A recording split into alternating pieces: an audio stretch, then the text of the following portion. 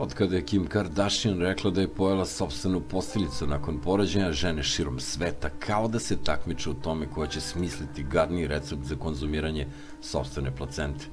Evo i 5 jezivi činjenica o ovom bizarnom fenomenu.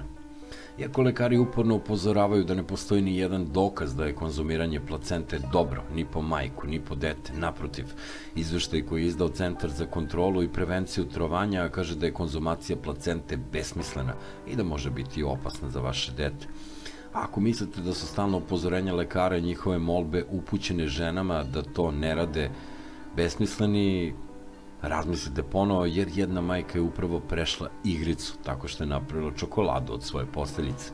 U pitanju je kozmetičarka Kaylee Whitford iz Amerike, majka dvoje dece, inače dama koja ima 23 godine.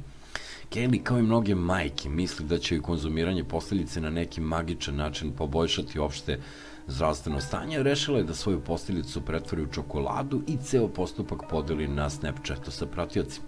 Ukratko, ovako je tekao njen proces pripreme posteljice. Prvo je dehidrirala, pa skuvala, pa strpala u blender zajedno sa čokoladnim mrvicama, sve stavila u kalup i dobila čokoladice.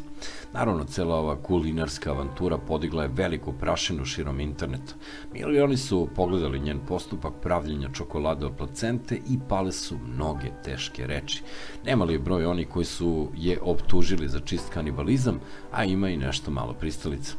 Sve u svemu, ponavljam upozorenje lekara, konzumiranje posteljice nema apsolutno nikakve pozitivne efekte, zapravo možete samo da napravite problem i sebi i detetu.